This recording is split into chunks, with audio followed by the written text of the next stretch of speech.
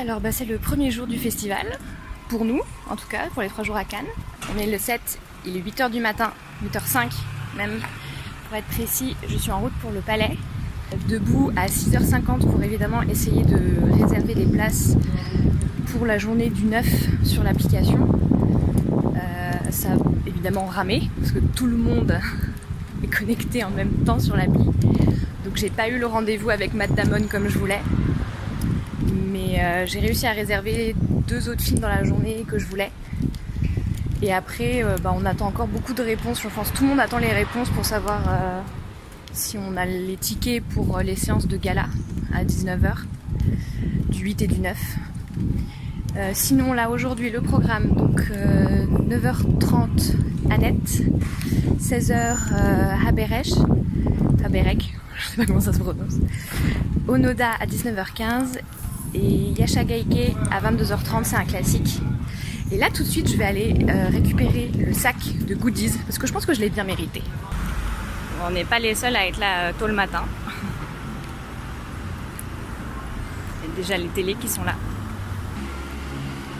Et on arrive à l'entrée principale du palais. Il est 8h10 et la queue s'étend déjà jusqu'à perte de vue. Et on y est! On a réussi à rentrer!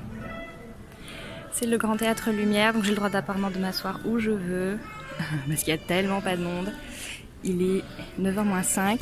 J'ai réussi à avoir le sac, qui est quand même très très léger. Mais comme j'étais en goguette au premier sous-sol, j'ai pris tout plein de magazines, notamment Gala Croisette, je fais de la pub, qui recense normalement tous les petits événements qu'on va pouvoir trouver sur la Croisette. Alors comme toujours c'est un petit peu la course, parce que du coup là je suis sortie du genou d'Amé à la projection de 16h, il est 18h, je vais me faire dépister à 18h20 et j'enchaîne avec une projection à 19h15. Donc voilà, un emploi du temps normal de festivalier quoi.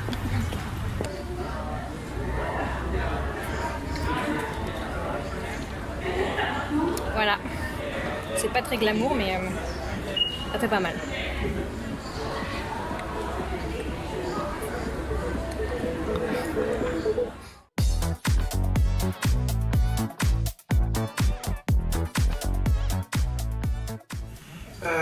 Et pour commencer tout de suite, non sans saluer la présence d'Arthur Harari qui ouvre ce certain regard, et vous venez d'accueillir et d'applaudir chaleureusement. On va tout de suite voir, et après on parlera du jury, on va tout de suite voir un extrait, un montage de l'ensemble des films du Certain Regard 2021. Projection. Cette année 2021 marque les 90 ans de l'anniversaire de Masaru Shinido, donc qui est toujours vivant. Masaru Shinido qui a commencé sa carrière à la Shoshiku, celui à la Shoshiku en 1953, travaillant comme assistant réalisateur pour Yasujiro Ozu dans des films tels que Crépuscule à Tokyo. Il a quitté la Shoshiku en 1965 et créé sa propre compagnie, Yogensha. Les Temps du démon a été le premier film qui a marqué le retour de Shinoda à la Shoshiku. Et pour des problèmes de droit, à l'époque, en 79, après la première sortie au Japon du film, le film a été très vite retiré des écrans et n'a jamais été montré depuis. L'été dernier, M. Shinoda et principal acteur-actrice, vous comprenez pourquoi, Tamasuburo Bando, se sont retrouvés, qui est quand même une énorme star du théâtre kabuki, petite parenthèse, et qui voyage à travers le monde et qui est acteur-actrice assez étonnant. Et ils sont de nouveau rencontrés et ont collaboré de manière extrêmement forte pour que les droits soient clearés de nouveau, et ont remasterisé le film, et il ressort maintenant après 42 ans. Masaru Shinoda est une légende vivante de la nouvelle vague japonaise et des films de la Shoshiku, et il nous a permis de le rencontrer tout récemment pour faire l'enregistrement de sa voix. Et donc vous allez voir un petit montage image avec sa voix illustrée dessus, qui a été enregistré je crois il y a une semaine, 10 jours, et où il vous parle du film, ou le présente, et c'est une exclusivité pour cette séance ce soir. De la part de la Shoshiku, on est extrêmement honoré d'avoir le film présenté au Festival de Cannes cette année. Malheureusement, dû aux contraintes sanitaires et de voyage à travers l'étranger, on ne peut pas être présent parmi vous ici ce soir à Cannes. Néanmoins, on a tout le respect par rapport au courage extrêmement important qu'il faut avoir et tous les efforts pour être à cette projection et que le festival puisse se tenir malgré toutes les difficultés qui puissent exister. Et enfin, je voudrais remercier Monsieur Paul Boncourt, moi, et son équipe Carlotta, donc l'équipe qui est là, une grande partie, et j'en profite pour les saluer par rapport au travail exceptionnel qu'elle ou il réalise à mes côtés au quotidien, et notamment sur tout le cinéma japonais, et qui ont été très aimables de présenter le film, de le soumettre à Cannes Classique, et Thierry Frémaux, Gérald Duchossois et Louise de le sélectionner, et enfin, last but not least, à tout le monde, apprécier cette projection, et voilà, merci beaucoup. Donc ça c'est le message de Shoshiku, et juste vous dire que le film, vraiment, c'est d'être les premiers à le voir, parce qu'il va ressortir au Japon, ce qui est assez rare pour un classique de ressortir en salle. Il ressort au Japon dans quelques jours, dont à Tokyo, dans le cinéma d'Eurospace, qui vous dit pas forcément grand-chose, mais qui est le cinéma qui appartient à quelqu'un qui s'appelle Kenzo, qui est coproducteur du Carax, qui est coproducteur du film de Satoshi Kon que vous pouvez voir demain, et qui aussi qui a un de ses élèves, il est professeur, j'oublie toujours le nom, excusez-moi, mais du film japonais qui est en compétition, et vous savez sûrement dans la salle, en tout cas qui est très présent, qui malheureusement ne peut pas être là aussi ce soir, mais le cinéma Eurospace à Tokyo va présenter le film dans sa nouvelle restauration suivie d'une rétro Shinoda, donc c'est un petit peu comme si on voyageait ce soir à Tokyo au cinéma Eurospace, tout en étant à Cannes.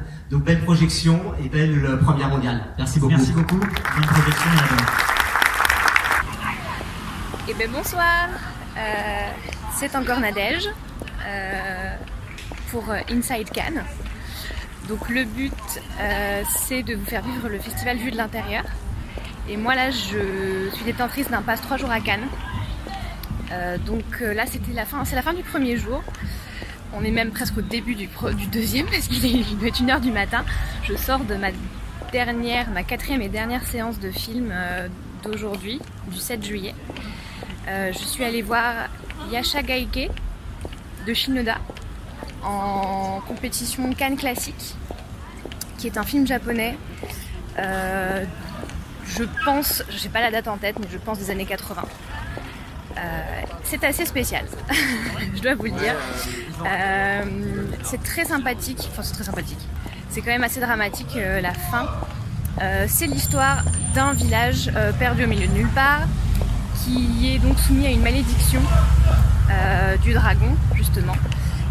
Ce qui implique que le village est plongé dans une profonde sécheresse et donc ils attendent impatiemment la pluie. Donc il y a toute une... la croisette est en folie là, à cette heure-là. Il y a tout un... Il faut absolument réussir à faire pleuvoir sans froisser les démons, et puis bon, au final on va les froisser parce que forcément... c'est vraiment japonais traditionnel. Il y a des choses... il y a un esprit vraiment très sage, très calme. Et à un moment donné, bon, ça part en vrille parce que forcément il y a toute une scène onirique avec des animaux qui prennent vie. Mais les plans sont très soignés et j'ai été vraiment impressionnée pour le coup par les effets spéciaux. Parce qu'il y a la scène de déluge à la fin est incroyable. Il y a un plan très très large. On voit le village, on voit les gens qui courent et on voit le déluge toute cette eau qui arrive par-delà les montagnes. Et c'est net, c'est propre, je ne sais pas comment ils ont réussi à faire ça. Alors qu'au contraire, il y a des plans d'effets spéciaux, d'incrustations de gens qui parlent, qui sont en train de s'envoler et on voit les bords de la personne qui sont complètement... qui frisent, comme si c'était une très mauvaise incrustation. Donc voilà. C'est un peu un conte moralisateur. Il y a évidemment toute une scène de psychologie des foules qu'on n'arrive pas à contenir, qui est incroyable. Un sens de la mort, un sens du sacrifice aussi. Voilà. Donc ça c'était pour le feedback de cette dernière séance. Je ferai d'autres vidéos des autres séances tout à l'heure. Là, je vais rejoindre une autre festivalière de 3 jours à Cannes. Et peut-être que je vais lui demander comment s'est passée sa journée parce qu'on n'est pas du tout allé voir les mêmes films. C'est parti. Alors, vas-y, décale-toi un chouille, comme ça tu caches la lumière en même temps. Voilà, parfait. Bouge plus, t'es là, t'es nickel. Alors, bonsoir Inside Cannes. On est donc 3 festivaliers du programme 3 jours à Cannes. Il est 2h du matin. On vient de sortir de nos dernières séances. Alors du coup, présentez-vous un petit peu. Honneur aux dames. Qui êtes-vous? D'où venez-vous? Bonsoir tout le monde. Donc, moi c'est Lucie Coco. J'ai 21 ans. Je viens de La Baule, dans l'ouest de la France, à côté de Nantes. Et je suis étudiante en cinéma. Et donc l'objectif, c'est de réaliser des films et pourquoi pas venir à Cannes bientôt. Voilà.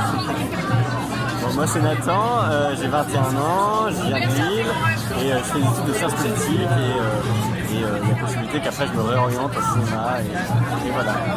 Super, et alors du coup qu'est-ce que vous avez vu aujourd'hui concrètement? Le programme de la journée c'était quoi? T'as vu Annette aussi ce matin? Oui, bien sûr. T'as vu Annette ce matin? À 9h30, la séance au théâtre Lumière. C'est ça. Après moi j'ai vu à Bellache ouais, à 14h. À 16h. À 16h. Ouais. Moi j'ai vu Tsukino, alors j'ai un petit problème avec le nom. Ouais, mais il y a beaucoup de séances japonaises là. Cannes classique, c'est un super beau film, je l'avais déjà vu, mais c'était un vrai plaisir de le voir sur grand écran. Donc voilà, c'est fun. Et après donc nous on a été voir ensemble. On a vu Onoda à 19h ensuite. Et puis toi t'as vu? En fait, j'ai vu beaucoup de films. Et bien j'ai vu le documentaire. Le documentaire, c'est Film Story A New Generation. Ah oui, c'est ça. C'était très instructif, très sympa. C'est ça. Et alors du coup, donc, on peut peut-être commencer par Annette. Du coup, on l'a tous vu. Ah oui, moi j'ai vu Jane par... ah oui, t'as vu ça aussi encore? Ça c'est vrai. Jane by Charlotte. On en reparlera, mais c'est vrai. On en reparlera, ouais. Alors du coup, Annette, il y a eu beaucoup d'échos, il y en a beaucoup qui ont aimé, il y en a beaucoup qui n'ont pas aimé. C'est assez spécial quand même. Je rappelle du coup que c'est un film musical donc, qui a été réalisé par Léos Carax et quasiment entièrement chanté, un peu à la manière des Parapluies de Cherbourg, on va dire. Parlera, mais c'est pas assez chanté. Toi, tu trouves que c'est pas assez chanté? Pas du tout. On m'a vendu un film avec 85% de paroles chantées, c'est faux. Il y en a 50. Je pense que ça rentre pas dans les cases comédie musicale, par exemple. Ah si, mais comme La La Land, mais La La Land, il y a beaucoup de paroles aussi. Après, La La Land, c'est vraiment une comédie musicale dans le sens où il y a des moments parlés et il y a des moments chantés, dansés, tout ça. Là, c'était vraiment... Il y a aussi des moments chantés aussi. Ouais, mais là, c'est quasiment chanté. Ce qui était perturbant, je pense, c'est qu'on savait pas bien faire la limite.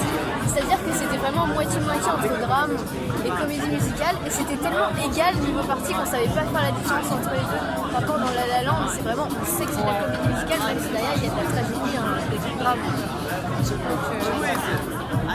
Ouais. Mais non, mais moi, il y a un vrai truc par contre intéressant dans la net, je pense, c'est le côté communion avec le public qui est très très différent de ce qu'on voit dans le cinéma actuel. C'est genre, il y a un vrai. En fait, je me demande même pas si un net, ça pourrait être du théâtre en fait, finalement, parce que c'est.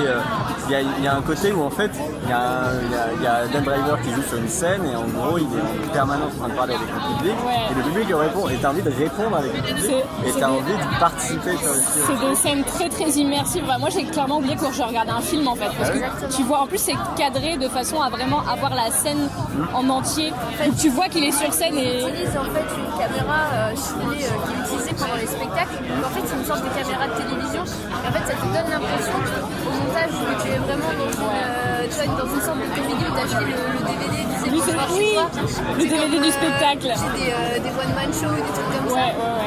Mais le truc qui est perturbant, c'est qu'il y a une auto-réflexion, c'est-à-dire qu'en plus le personnage qui est conscient qu'il a un public devant lui, il est aussi conscient de lui-même et c'est-à-dire qu'il transmet aussi ses émotions et je trouvais ça vraiment cool. Qu'est-ce que vous avez pensé de Adam Driver justement? Après, le problème c'est qu'en face il n'y a personne parce que Marie Cotillard, son rôle il est faible, enfin il y a peu.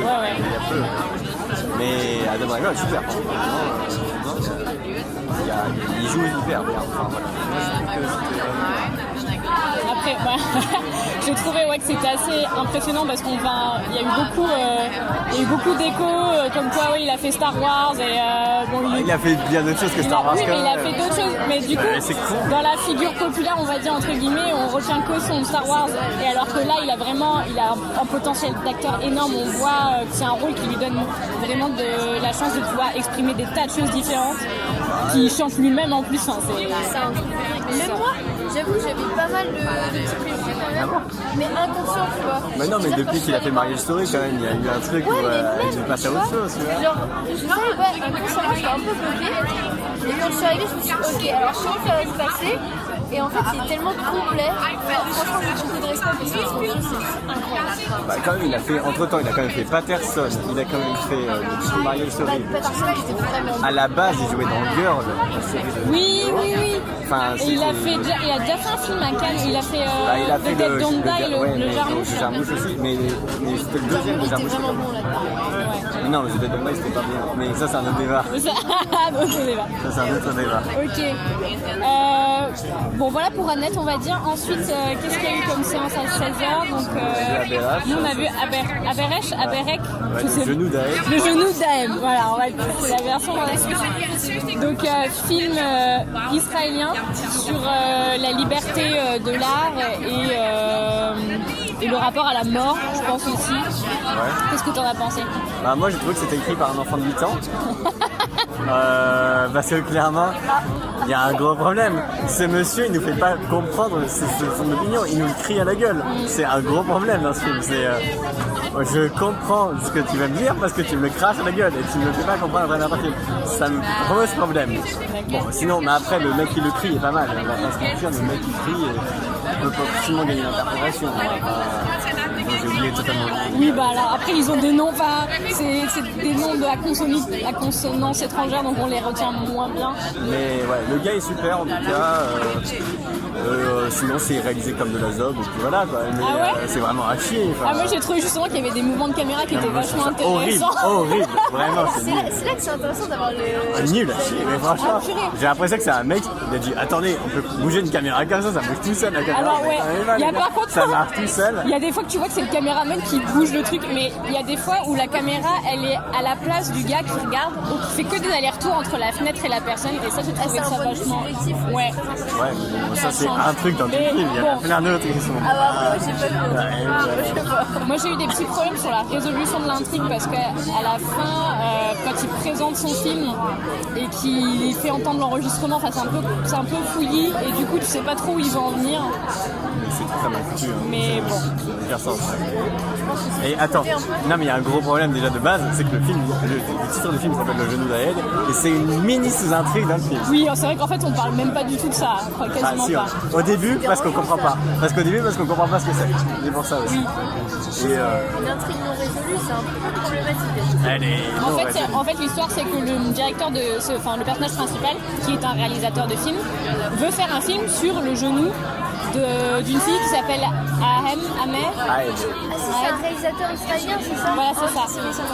Et donc il part, pendant qu'il est en train de chercher son casting pour ce nouveau film, il part présenter son ancien film au pays, en gros, si j'ai bien compris. C'est pas au pays, c'est à la campagne, c'est genre... C'est pas sa patrie d'origine. Mais si, il est en Israël, il vit dans un... d'accord, c'est pas son village d'enfance à lui. Non, pas du tout, c'est le village d'enfance de la meuf, là.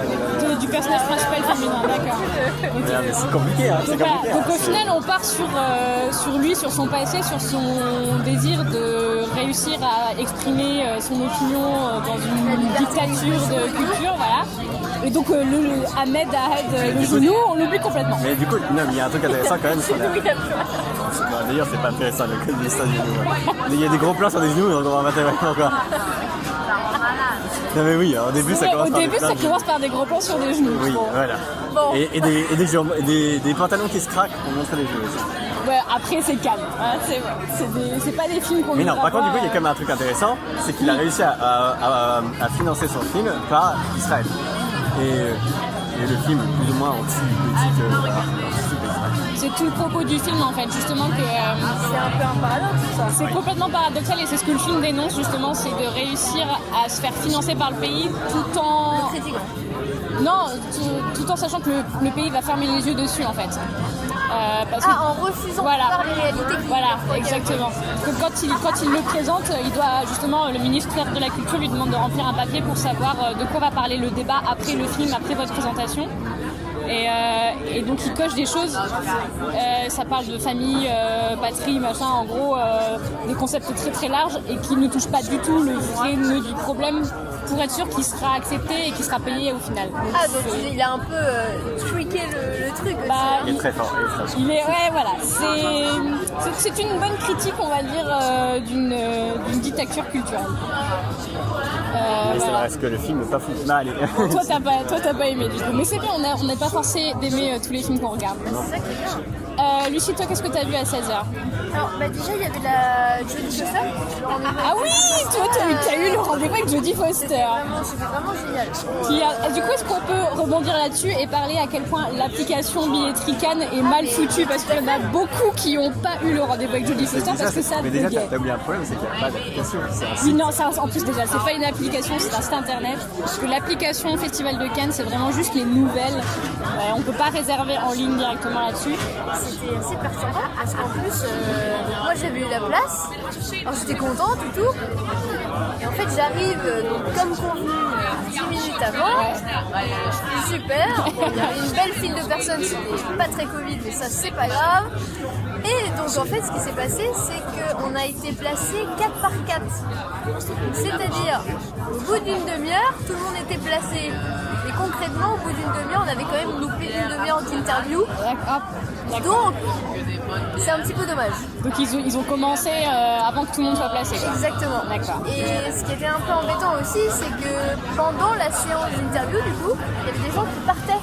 C'est-à-dire qu'ils n'étaient pas intéressés. Ils avaient éventuellement pris la place de gens qui, comme vous, étaient très motivés pour venir. Donc ça m'a un peu gênée. Salut tout le monde, Nadège en direct de la Croisette et du Festival de Cannes pour Inside Cannes.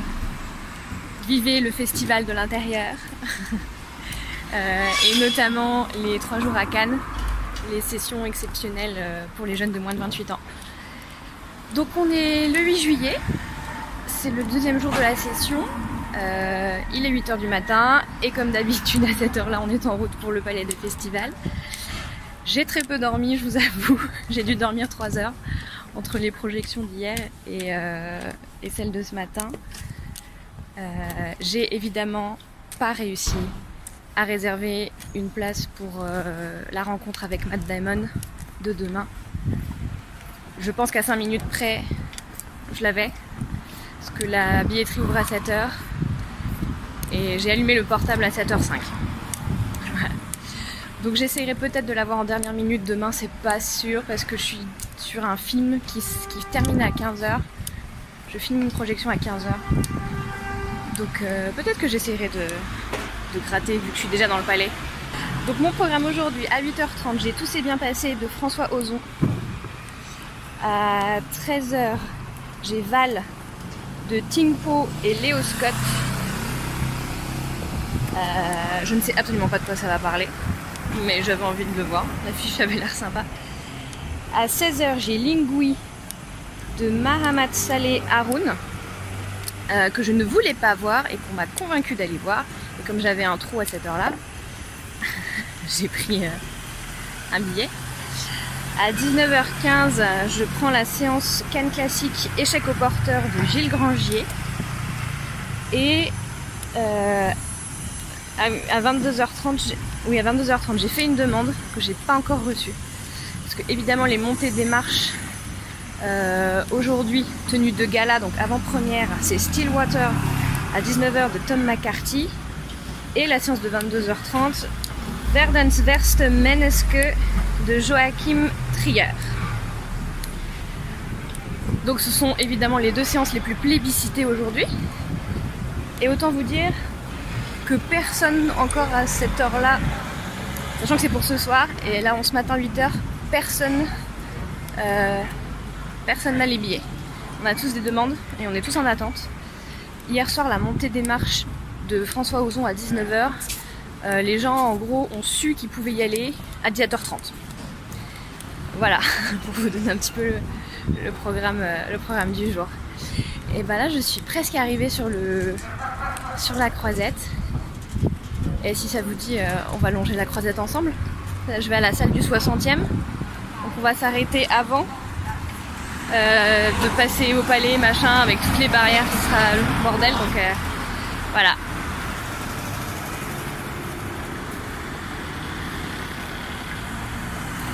Le palais est de ce côté-là.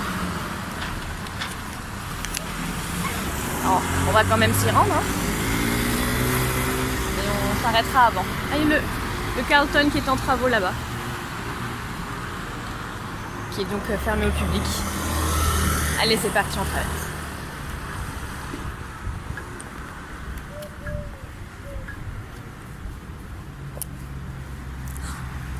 Puis alors là, on a la chance d'avoir la croisette quasi vide à cette heure-là.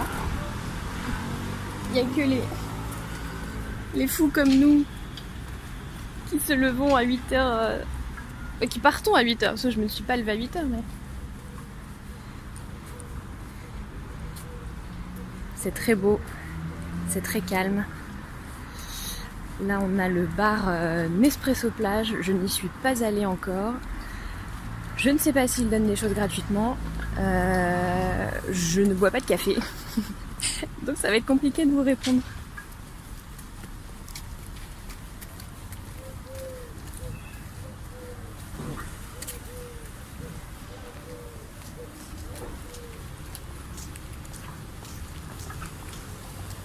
Voilà. Bon, on commence à me regarder bizarrement, donc je pense que je vais couper et je vous reprendrai un peu plus tard. Alors je viens de sortir de ma séance, je suis au Palais des Festivals, au premier sous-sol, juste à côté du point info. Et en fait là, c'est l'espace où il y a tous les magazines, tous les trucs de presse qui sont en libre service. Variety, Hollywood Reporter, Deadline et le fameux Gala Croisette qui t'explique exactement tout ce qui se passe avec les people quoi. Donc j'en suis. Je traîne un peu dans le palais. Alors visiblement il y a une séance qui vient de se terminer. Et il y a un petit truc Nespresso là. Je ne sais absolument pas ce que c'est, donc on va tenter. Bonjour. Alors, je travaille pour Inside Cannes. Je fais un petit reportage du coup pour le festival Vue de l'intérieur. Est-ce que il y a quelqu'un qui aurait 5 minutes à m'accorder? Du coup, il y a notre manager juste là. Ah bah bonjour. Ça vous dérange si je filme ou pas? Est-ce que vous voulez qu'on fasse ça ici ou... En fait, c'est pour faire vivre le festival de l'intérieur. Donc j'ai 2-3 questions. C'est assez rapide. Je me mets sur le côté sinon. Pardon. Non, c'est moi. Je vous en prie. Je vous laisse garder votre café. Passez une bonne journée. Au revoir. Bonjour. Alors en fait, je travaille. J'avais demandé. On va se mettre. Du coup, oui. Donc c'est pour Inside Cannes. Donc c'est avoir le festival, enfin un point de vue intérieur. Donc ici, là, on est sur le comptoir Nespresso, c'est ça? Exactement. On est sur, le comptoir Nespresso qu'on appelle Ortega en fait, qui propose un service gratuit de café pour toutes les personnes ayant en fait accès donc, au palais. D'accord. Donc on a toutes différentes gammes de café, que ce soit les originals jusqu'au vertuo, avec une nouvelle machine qui est toute récente, ou alors on avait encore 3 recettes à disposition pour l'ensemble des festivaliers. D'accord, donc n'importe qui peut venir et se servir comme ça. Exactement, que ce soit le personnel, que ce soit des festivaliers, que ce soit des célébrités, toute personne qui a accès aux intérieurs du palais. On lui offre ce service-là. D'accord, donc même moi qui ai un tout petit pass 3 jours à Cannes, ça passe. Voilà, vous pouvez venir 3 jours sans problème. Impeccable. Pour prendre du café et on est là de 8h30 jusqu'à 17h30. D'accord, et alors dernière petque question, il y a un autre comptoir Nespresso, j'ai vu sur la croisette. Exactement. C'est vous aussi du coup? Exactement. C'est un autre principe là du coup Alors c'est un autre principe, parce que c'est un autre concept. On va dire qu'on est surtout dans un milieu qui est un peu plus large, un peu plus chill. On va avoir aussi une autre population, mais qui est aussi tout à fait accessible à toute personne qui se baladent sur la croisette. On pose, il y a un bar, il y a aussi un service de nourriture, de cuisine pour ceux qui souhaitent en même temps se restaurer. Bonjour madame. Merci beaucoup. Je peux avoir votre nom et votre profession du coup? Pénélope, et je suis chef des hôtes et des hôtesses sur le FIF 2021. Bonjour. Excusez-moi, vous êtes peut-être en pause café. Est-ce que je peux vous poser 2-3 questions? C'est pour Inside Cannes. C'est pour une chaîne YouTube indépendante. Ah, vous pouvez pas? Non, pas les hôtesses. Ah d'accord, parce que c'est justement au métier d'hôtesse que je m'intéressais en fait, c'est pour ça. En fait, peut-être aux dames qui sont au point d'accueil. Mais... Ah, en bas alors plutôt. Ok, d'accord. Mais vous avez vraiment pas le droit. Les salles nous on place les chambres dans les salles, donc je pense pas que. D'accord. Ok. Bon. Ça serait peut-être pas objectif en fait. Ah non, mais c'est juste pour vous demander du coup depuis combien de temps vous faites ça et puis si les journées sont éreintantes, mais vous avez pas le droit de donner votre avis sur les films en fait. D'accord. Non, mais ça n'avait rien à voir. Non, c'était juste pour voir un petit peu votre quotidien, comment ça gère. Vous savez pas, on est 250, vous allez en trouver d'autres. D'accord, ok. Alors je vais aller voir les autres. Merci beaucoup. Bon ben, je suis sortie du palais du coup, parce qu'on m'a pas trop voulu répondre à mes questions. Mais j'ai réussi à avoir un café. Alors je vais goûter et vous dire tout de suite si c'est bon ou pas. Parce qu'en plus je suis pas amatrice de café.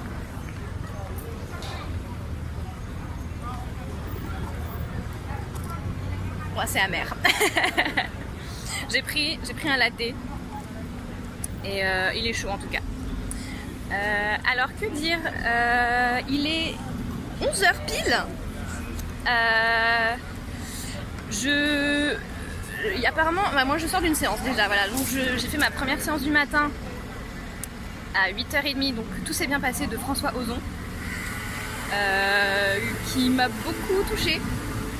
C'est un film sur l'euthanasie en gros. C'est l'histoire d'un homme de 84 ans qui décide de mourir après avoir fait un AVC quand il se rend compte qu'il peut pas reprendre sa vie comme avant.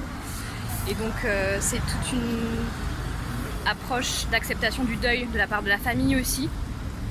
Un peu rocambolesque parce que du coup c'est pas légal en France, donc comment faire tout ça sans se faire rattraper par la police, mais tout en respectant les dernières volontés de la personne qui veut le faire. Est-ce que la personne est objective? Parce qu'à 84 ans, on n'est pas forcément encore sain d'esprit. Enfin voilà, ce film pose beaucoup de ces questions-là.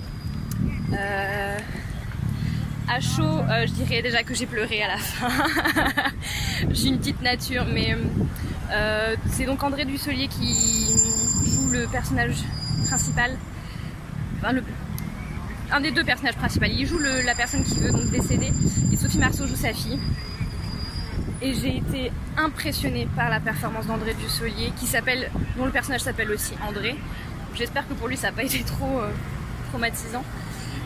Charlotte Rampling aussi joue son ex-femme.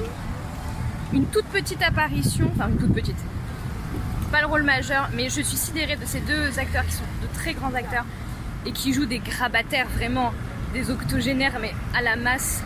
Ils ont Parkinson, voilà, monsieur vient de faire un AVC, donc ils sont...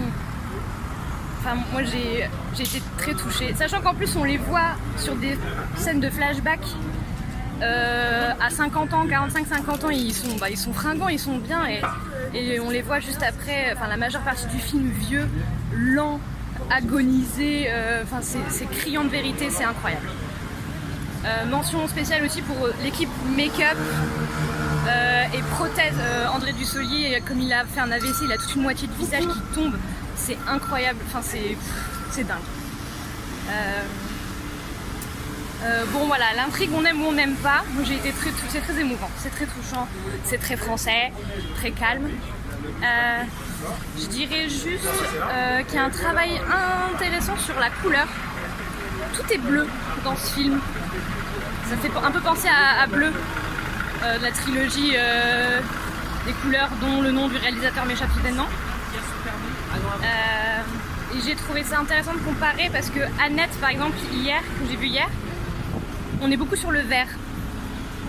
Tout est vert dans Annette et tout est bleu dans Tout s'est bien passé. Et il y a clairement deux façons différente de gérer la couleur. On voit que sur Annette, c'est vraiment... le décor est construit en vert.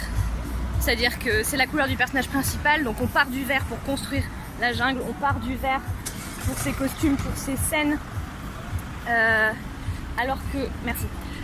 Je traverse en même temps. Alors que sur Tout s'est bien passé, Sophie Marceau est en bleu, et tout le décor est pensé en bleu. Parce que ce sont des décors réalistes. Ça se passe dans le métro, ça se passe à l'hôpital, ça se passe chez elle. C'est des décors parisiens qu'on connaît tous. Mais on a tous les détails sont bleus. Il y a une attention incroyable qui est portée sur les détails, sur les vêtements, sur les literies, les rideaux, les petits panneaux publicitaires, tout est bleu. Qui est au final la couleur du père. Bon, après on pourrait rentrer dans un débat à la Michel Pastoureau sur le rôle de la couleur dans l'image. On va pas faire ça aujourd'hui. Bon voilà, moi c'était ma petite séance du matin. Ma prochaine est à 13h. Visiblement sur le groupe WhatsApp des 3 jours à Cannes, parce que c'est quand même le but de vous faire vivre le festival de l'intérieur par rapport à travers le prisme de ces festivaliers de 3 jours. Bah, apparemment tout le monde est occupé là.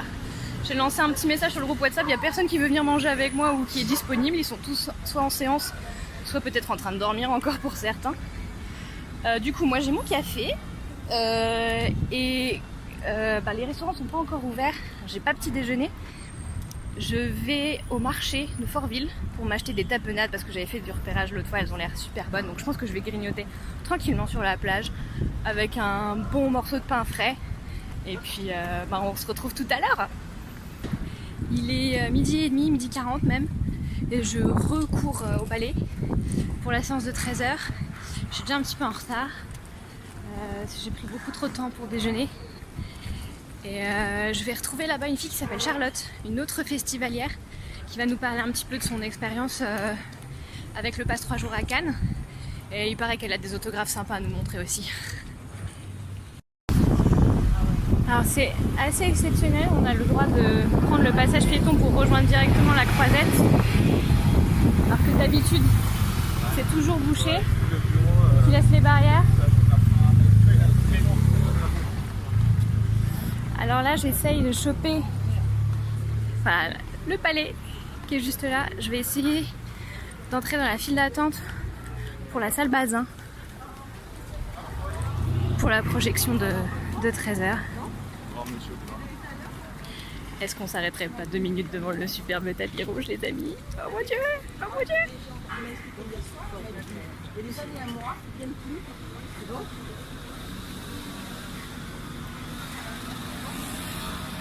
Voilà, envers du décor.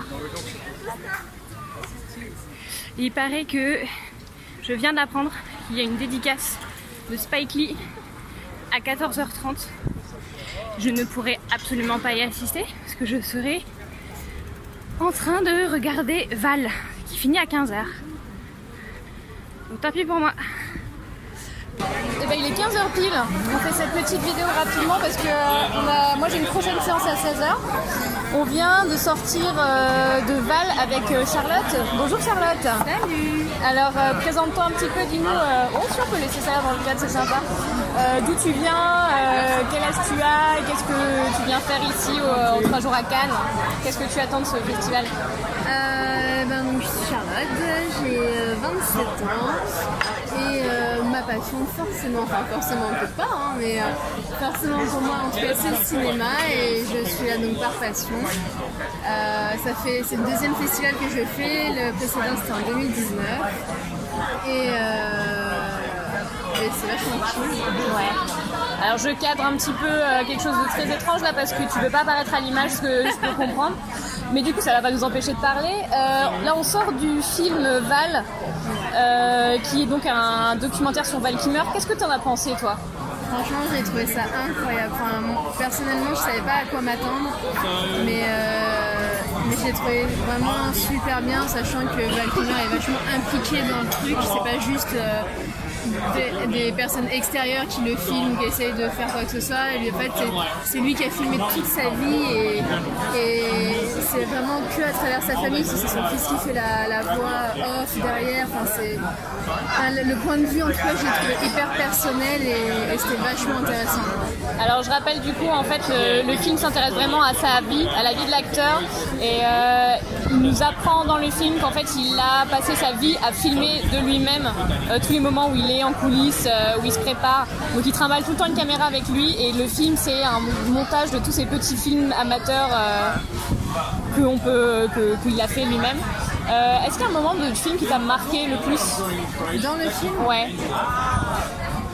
Un moment qui, je t'avoue que je suis restée omnibulée tout le long. Ouais, parce qu'en plus je précise, on est arrivé super en retard. Enfin, ils nous ont fait rentrer, ça venait de commencer depuis 5 minutes parce qu'on est resté planté dehors à cause du pass sanitaire. Donc on a raté les 5 premières minutes et on est arrivé un petit peu comme des chiens dans un jeu de quilles et on s'est pris le film un peu en pleine face parce qu'on savait pas ce qu'on allait voir. Il y a un vent de fou. Merci beaucoup. Merci. Il y a un vent de fou aujourd'hui là sur la croisette, je sais pas ce qui se passe.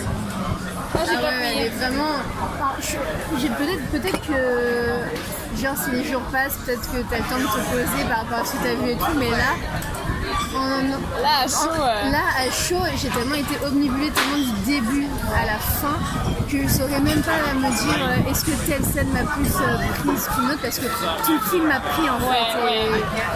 Je me suis sentie dedans mais totalement, il n'y a pas un moment où j'ai décroché ou quoi que ce soit et... On est dedans, vraiment du début à la fin. Moi j'ai adoré le moment où il parle de son premier spectacle vraiment professionnel sur une scène de New York et on voit Sean Penn et Kevin Bacon jeune. Incroyable. Un truc de fou. Et en plus le pauvre Val Kilmer, il avait le rôle principal à la base. On lui a dit en fait tu peux prendre le second rôle parce que Kevin Bacon est dispo. Et après on lui dit tu peux prendre le troisième rôle parce que Sean Penn est dispo. Et c'est horrible pour lui juste en fait. Ouais, c'est comme il dit je suis un peu le dindon de la farce, il me dit mais j'accepte, c'est bon. Non franchement, en plus tu sens vraiment, limite si tu savais pas que les réalisateurs ne sont pas Val Kilmer ou quelqu'un de sa famille, c'est tellement personnel. C'est très très personnel, ouais. C'est vraiment, t'es vraiment dedans comme si tu étais dans la sphère familiale en fait. Exactement. Donc ça s'appelle Val, ça a été réalisé par Tim Koo et Leo Scott en partenariat vraiment avec Val Kilmer. Du coup, est-ce que tu vas voir autre chose toi après aujourd'hui, Charlotte? Oui, j'espère désespérément avoir les retours sur les places pour Stillwater, avant-première du film avec Matt Damon et Camille Cotin. Je viens de voir sur le groupe WhatsApp que personne n'a encore les retours pour les montées de 19h. On se demande tous si on va pouvoir y aller. C'est incroyable. Et qu'est-ce que tu as vu hier du coup? Hier c'était assez chargé mais pas un film en fait. Alors qu'est-ce que j'ai fait? Si je suis juste allée voir The Story of Film le soir à 22h. Ouais. Donc c'est un documentaire sur le cinéma, c'est la deuxième partie parce que le premier c'était Odyssée je crois. Donc ça retraçait les films un peu depuis le début et là c'était vraiment les New Generation, le cinéma moderne quoi. Ouais. C'était un peu lent, j'avoue qu'à 22h c'était peut-être pas la meilleure heure, mais c'était très très intéressant. C'est vraiment pareil, c'est une immersion où c'est très intéressant le point de vue de l'auteur par rapport à tous les films reliés, pas reliés, tu vois. C'était très sympa. Après, juste avant, j'avais fait le tapis rouge, donc la montée des marches, c'était pour le film de François Ozon. Ouais, tout s'est bien passé. C'était hier soir. Très top. J'ai pu entrer dans les barrières où sont positionnés les photographes. Oui, alors oui, tu m'expliquais. En fait, t'es une chasseuse de signatures, c'est ça? Il y a des chasseurs de tête et toi, tu chasses des signatures. Un peu, ouais. Et du coup, j'ai pu accéder directement là où ils déposent les stars, quoi, sur le tapis rouge. Et il y a Diane Kruger qui est arrivée, il y a Isabelle Huppert, il y a Andy McDowell. Il y a Sophie Marceau dont j'ai pu avoir l'autographe. Ça c'est incroyable. Super. C'est incroyable. Après on a a pas trop qui sont approchés parce que malheureusement cette année avec la crise sanitaire et tout ça, les gardes du corps et tout, ils aiment pas trop que les stars approchent le public. Mais il y a certaines stars, c'est genre comment ça? Mais bien sûr que je vais approcher mon public, tu vois. Ah oui, ils font vraiment la sécu. C'est ça, c'est en mode non, c'est bon. Il y a des stars, elles sont là en mode bon, j'obéis en gros, tu vois, enfin bêtement. Mais il y en a d'autres, c'est non, j'approche mon public, en fait je prends le temps. Comme Jessica Chastain à l'ouverture, elle a fait tout le long, tu vois. Très bien, ça c'est sympa. Ça fait vraiment plaisir. Et je suis allée au rendez-vous juste avant. Je te fais vas-y, à l'envers en fait. Je te fais du soir jusqu'au matin. Vas-y, non mais c'est bien, ça va. C'est pas grave. Juste avant, du coup, j'ai fait le rendez-vous avec Jodie Foster. Ouais. Qui était elle est incroyable, franchement. Il y a tellement de vent, les trucs s'envolent. C'est intéressant que tu me parles de Jodie Foster parce que hier soir on a fait un petit débrief avec d'autres festivaliers qui y sont allés aussi. Donc du coup je vais te poser la même question.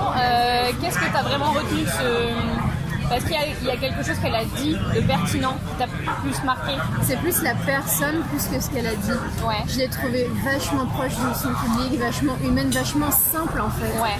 Elle est vachement, on dirait que, je sais pas, limite elle fusionnait avec nous, tu vois, et limite si on discutait pas avec une amie parce que ça serait exagéré. Ouais, mais c'était pas. Plus un tête-à-tête, ouais, comme si on se mettait tous au restaurant autour d'une table et on discutait quoi. Ouais.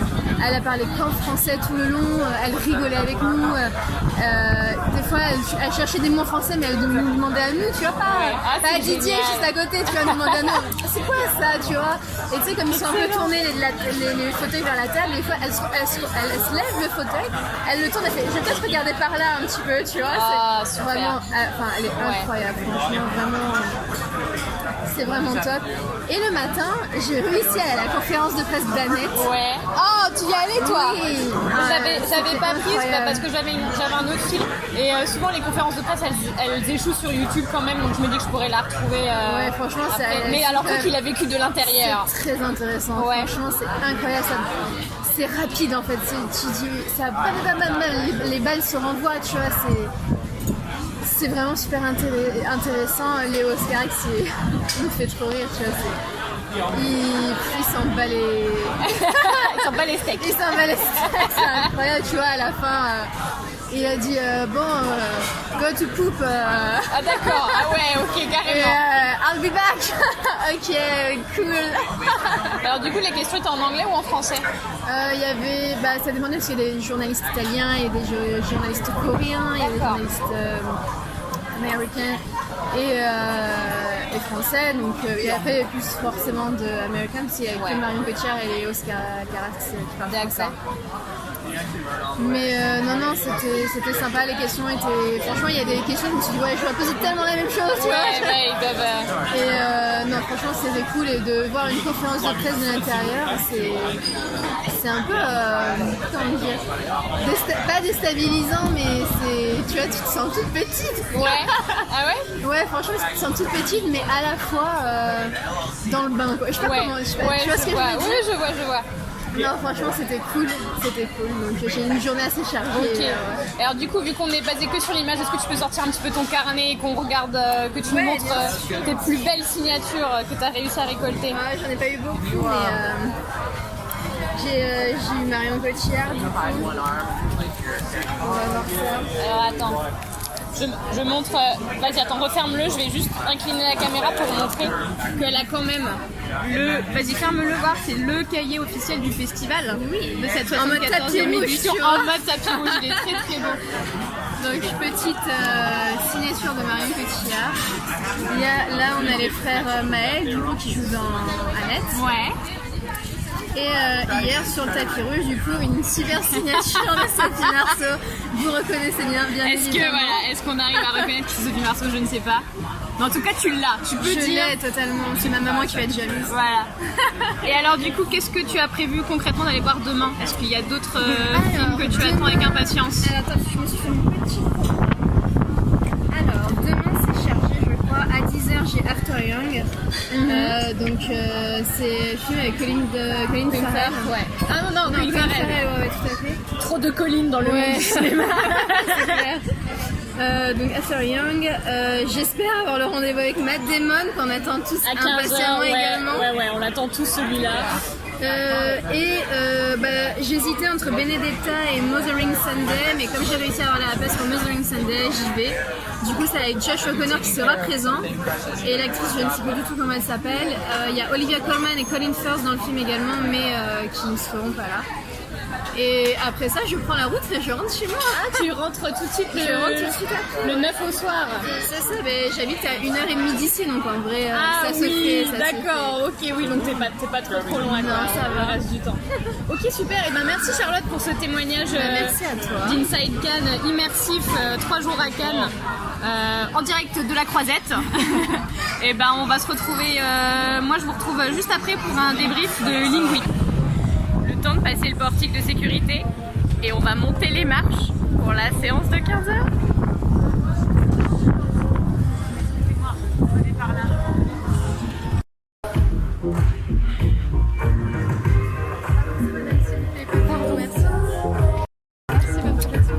On y va les gars, on monte.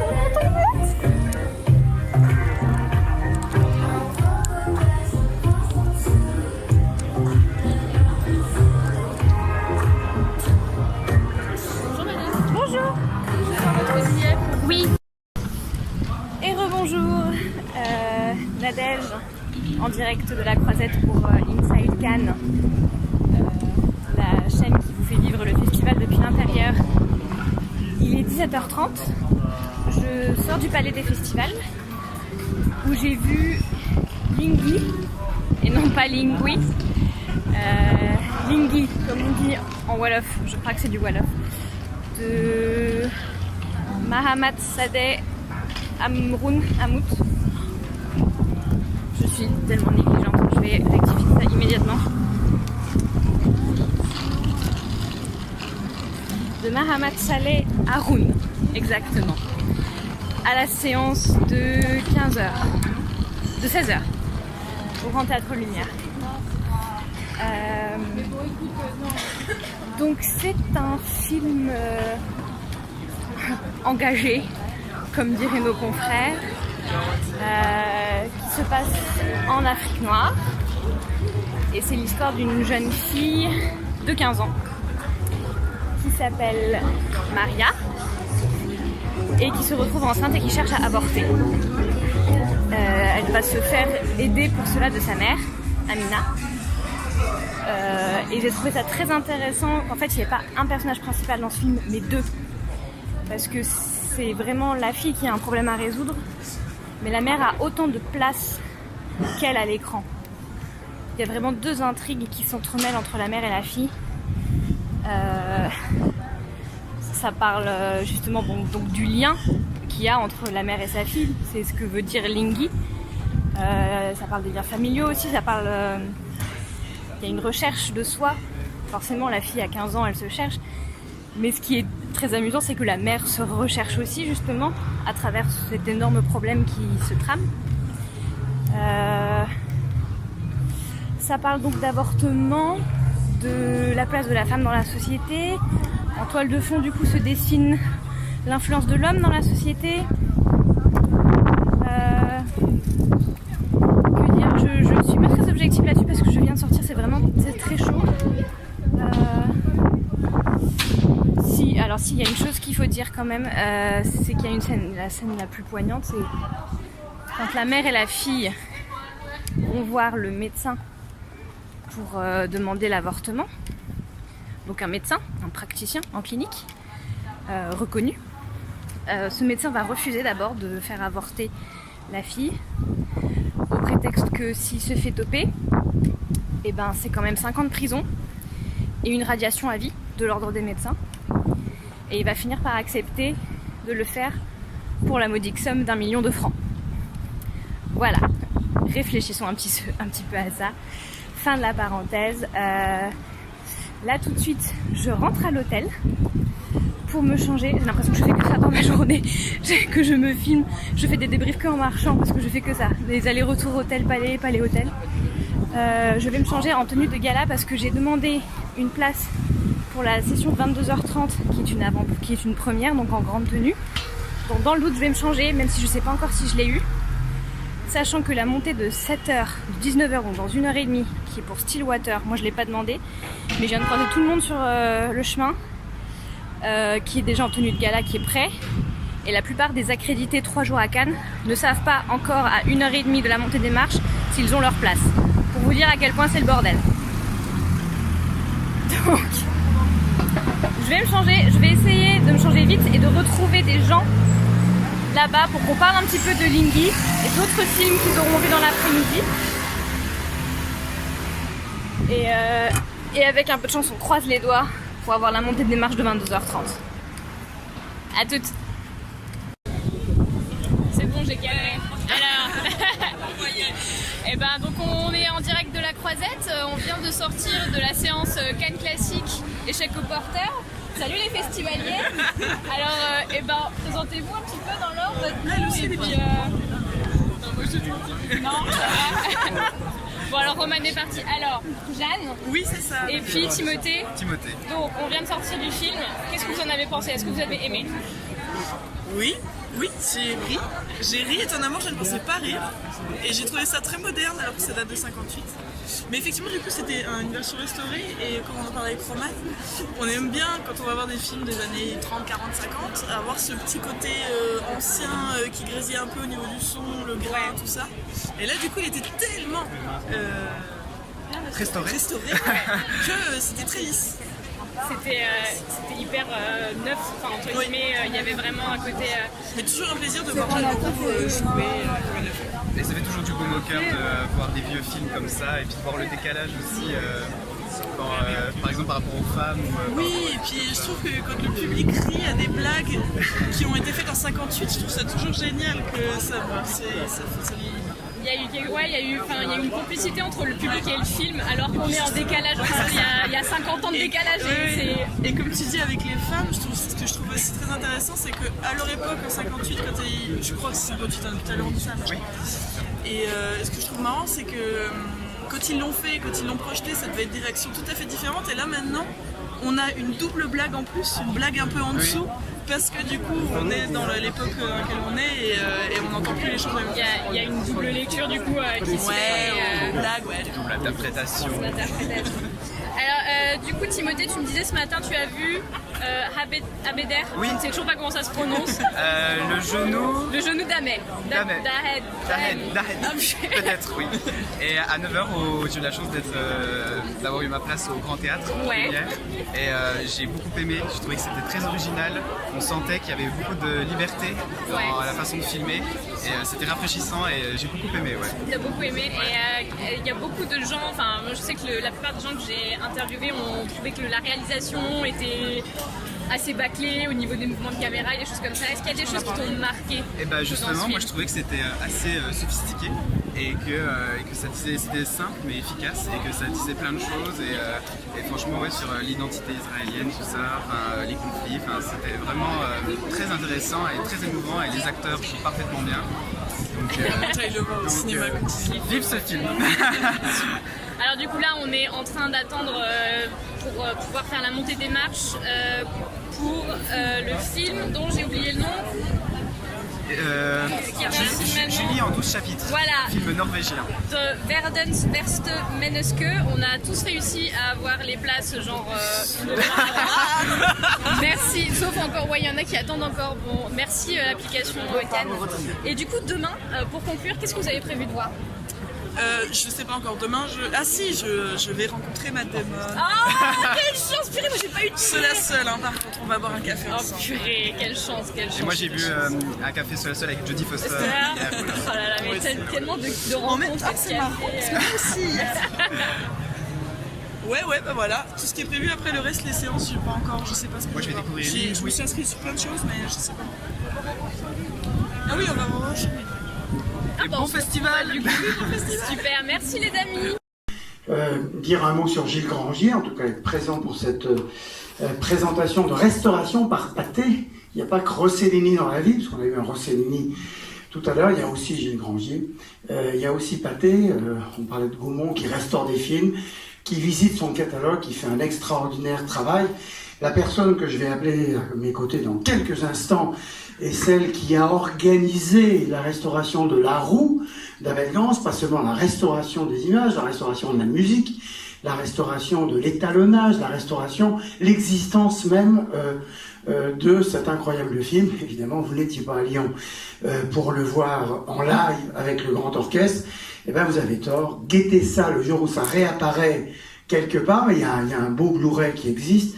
Mais voilà, épaté, Sophie Seydoux est venue présenter Les Enfants du Paradis, est venue présenter plein de belles choses, Le Guépard, ici à Cannes. Et là, c'est Gilles Grangier, dont les mémoires s'appellent Passer la Loire, c'est l'aventure. Mot emprunté à Jean Gabin, qui disait ça quand à la fin il n'aimait pas trop sortir de Paris pour tourner ses films. Et Gilles Grangier, tout ce qu'on pourrait appeler, on dit ça les Américains, on n'ose pas trop lire des Français, un petit maître, mais un maître quand même. Et c'est formidable que ce film-là soit restauré et que, encore une fois, Pathé visite ce patrimoine qui nous est cher. En tout cas, pour ceux pour lesquels ça n'est pas cher, il suffit de voir ces films-là.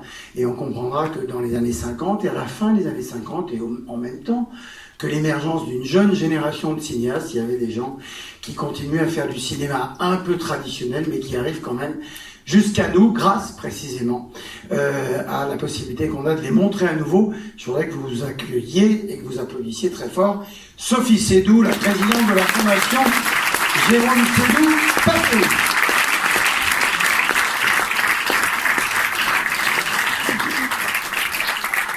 On est désolé de vous avoir fait attendre, mais Thierry a d'innombrables obligations. D'ailleurs, comme il tenait à être là. Et je vais même un peu te laisser parler tout de suite. Ah bah d'accord. Vous voyez, quand je vous dis qu'il est venu pour 2 secondes, il est venu. On peut partir. Merci en tout cas, Jérôme, c'est vous qui êtes ici. Merci peut-être de nous être fidèles à ce rendez-vous de Cannes Classique. Merci. Alors, je ne sais pas si certains de vous étaient là il y a 2-3 ans, mais je vous avais présenté 125 rue Montmartre de Gilles Grangier. Et c'est un cinéaste à laquelle nous sommes très attachés chez Pathé, car il a cette espèce de possibilité par petites touches de créer un monde très souvent de l'après-guerre et avec une subtilité de photographe. Alors, le film d'aujourd'hui, qui s'appelle Échec au porteur et qui date de 1958, est adapté d'un roman de Noël Calef. Et la même année, c'est ça qui est extraordinairement intéressant, un autre de ses romans, qui est Ascenseur pour échafaud, a été montré sur les écrans. Et vous avez la nouvelle vague qui apparaît avec Ascenseur pour échafaud, et vous avez, disons, le classicisme du cinéma avec Échec au porteur. Et dans les deux, on retrouve Jeanne Moreau. Et donc, c'est assez extraordinaire à partir du même auteur. Et Noël Calef, il avait reçu le prix pour ce roman, Échec au porteur, le prix du Quai des Orfèvres, qui était extrêmement important. Il avait envoyé son livre d'une manière anonyme, et c'est lui qui a été choisi et qui a reçu le prix du Quai des Orfèvres. Alors, l'adaptation de ce roman a été faite par Noël Calef, par Gilles Grangier et par Pierre Véry. Et je sais que nous avons ici, que je cherche, Noël Véry, le fils de Pierre Véry, qui est ici parmi nous, et je voudrais que vous l'applaudissiez.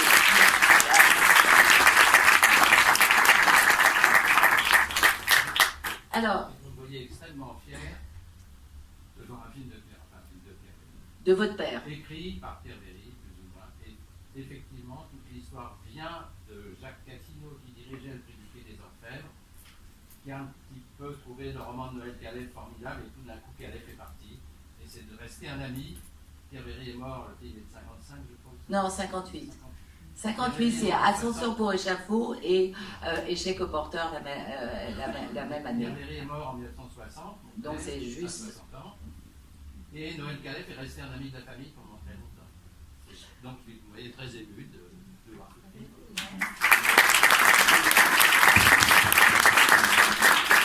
Alors, ce film, c'est vraiment, même s'il ne fait pas partie de la nouvelle vague, c'est une ode à la modernité. vous allez voir, et Gilles Grangier, comme je vous disais, qui est vraiment un photographe des gens, un photographe d'un milieu, à chaque fois, il cerne et il présente un milieu social avec une précision extraordinaire.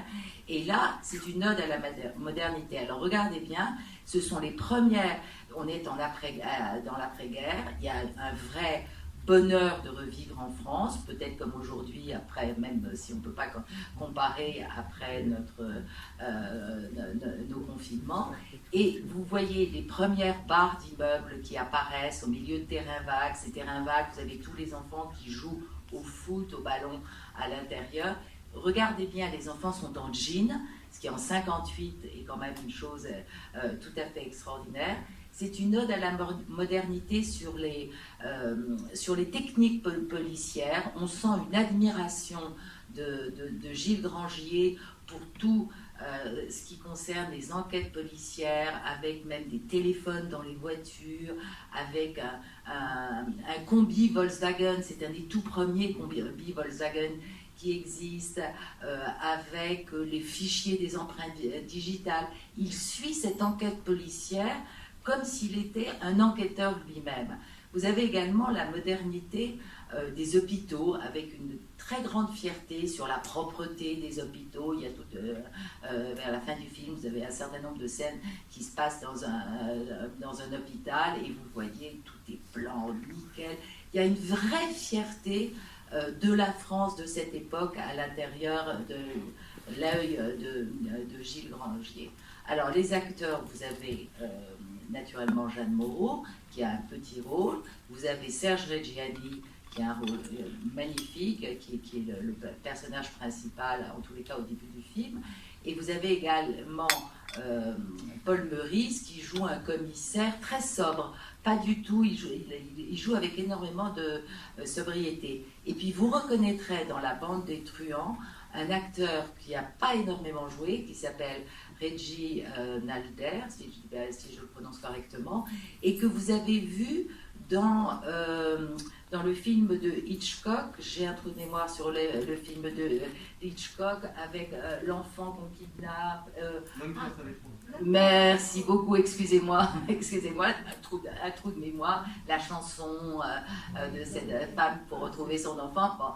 Et vous avez Reggie Nalder a un rôle qui est très très similaire à celui qu'il a à l'intérieur du Hitchcock. Alors, il ne faut pas oublier non plus le ballon de foot, qui a un rôle très important à l'intérieur du film. C'est un peu un ballon en cuir, marron, cousu, comme ils existaient à cette époque-là. Le film sort en 58. C'est la Coupe du Monde de football où le Brésil va gagner. Et où Pelé sera absolument le roi du football. Alors maintenant, qui est-ce qui a déjà vu le film, à part Noël Berry? Bon, écoutez, en tous les cas, bonne projection, et merci beaucoup d'être là.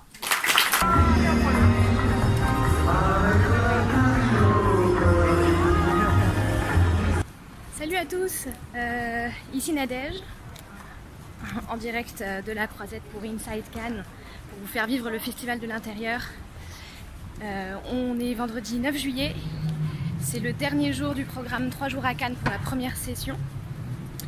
Il est 10h42 du matin et je suis déjà en retard évidemment, parce que très peu dormi déjà. Hein.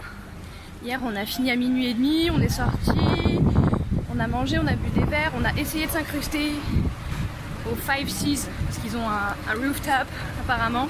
Ça fait 2 fois qu'on essaye d'aller là-bas, ça fait 2 fois qu'on se fait recaler à l'entrée, sous prétexte que c'est privatisé. Enfin bon. Ce soir, on va faire la fête tous ensemble parce que évidemment c'est notre dernier jour. Et au niveau film, on va être très très chargé aujourd'hui. On va en profiter un maximum. Donc là, moi je commence à 11h avec Delo de Alexei German Jr. J'enchaîne à 13h15 avec After Young de Kogonada. Ensuite, à 15h, il y a une rencontre avec Matt Damon. Je n'ai pas de billet, parce qu'évidemment, ça a été pris d'assaut. Mais comme je serai déjà dans le palais, je vais essayer de m'incruster. On verra. Je vais rester par là. Dans tous les cas, à 18h30, J'ai demandé un billet pour Benedetta, que personne n'a pour le moment, parce qu'évidemment c'est la montée des marches, c'est la première en grand gala, donc on va avoir la réponse genre 1 heure avant. C'est pour ça que je prépare le coup et que je me suis déjà coiffée pour ce soir. J'ai juste à rentrer et me changer. Ensuite à 22 h, j'ai demandé la fracture de je ne sais plus qui, je vais vous dire ça tout de suite, de Catherine Corsini. Ça pareil, je l'ai demandé, je ne sais pas si je l'ai encore.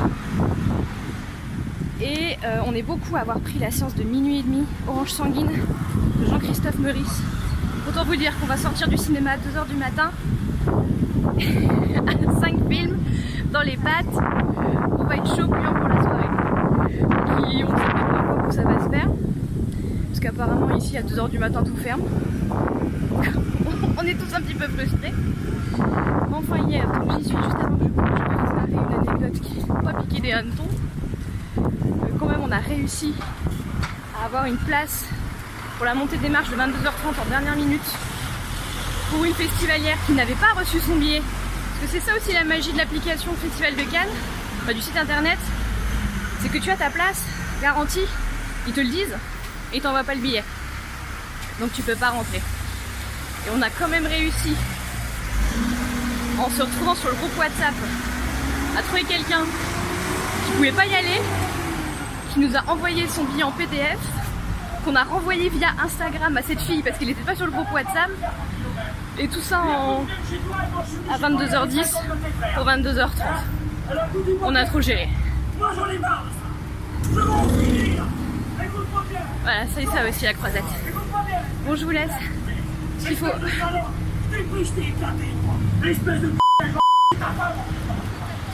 C'est magnifique. Oh purée, il y en a partout. Je vous laisse les gars, il faut absolument que j'aille monter les marches à Debussy. Bon bah voilà, il est 15 h 20 et je me suis fait cordialement refouler à l'entrée pour Matt Damon. Évidemment une queue de dernière minute de fou. Pas assez de place pour tout le monde. Donc bon voilà, là j'ai déjà vu 2 films du coup là, ce matin.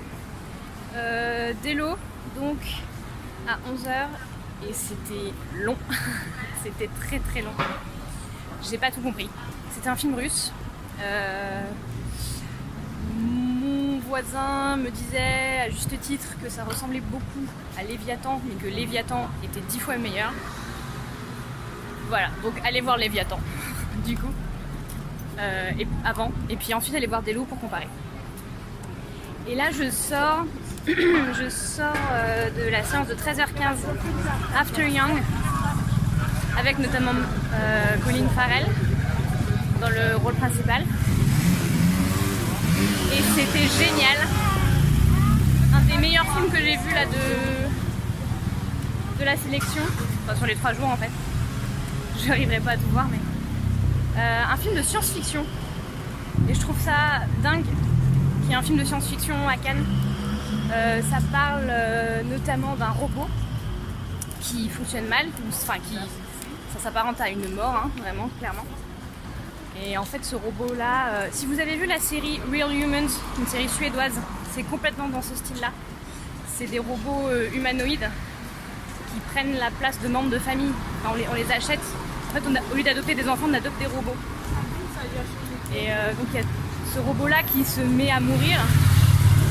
Et ben, la famille doit apprendre à composer. Et il y a quand même un travail de deuil à faire, malgré le fait que ce soit une machine. C'était très intéressant. Et complètement surréaliste, un petit peu barré. Mais quand même calme. Enfin, c'est pas un film de science-fiction à la blockbuster, quoi. Et je viens de croiser les militaires, bordel. Donc voilà, très très agréablement surprise par After Young, que je recommande. Donc là, mon prochain film il est à 18 h 30, c'est la montée des marches de Benedetta, que tout le monde attend. Tout le monde est en panique parce qu'évidemment, encore une fois, on aura les places, je pense, 1 heure avant. Donc je vais rentrer à l'hôtel, me changer. Je vais faire une petite sieste aussi parce que mine de rien, j'ai 4 heures de sommeil dans les pattes. Et ce, chaque nuit depuis 3 jours. Donc manger un morceau, dodo.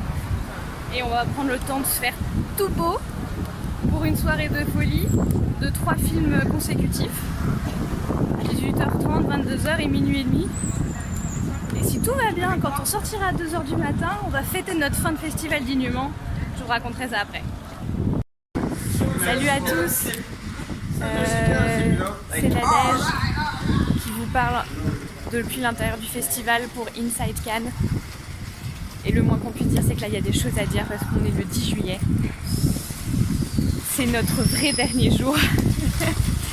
On aurait dû finir hier et en fait à 22h, on a reçu un mail de la part du festival qui nous expliquait que notre pass est valable tout le festival. Donc on a 10 jours de rab. Pour aller voir des films, c'est complètement dingue. Alors c'était la panique à bord parce qu'on a eu le mail hier soir à 22h, c'est-à-dire entre 2 séances, je dirais même entre 3 séances parce que c'est notre deuxième.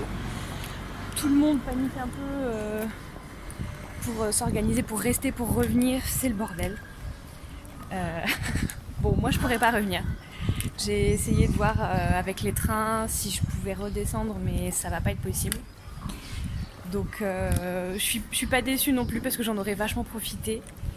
Et puis là je retourne voir des films aujourd'hui. Alors c'est plus léger hein, parce que je vous avoue que 5 films par jour, c'est un rythme assez lourd à tenir.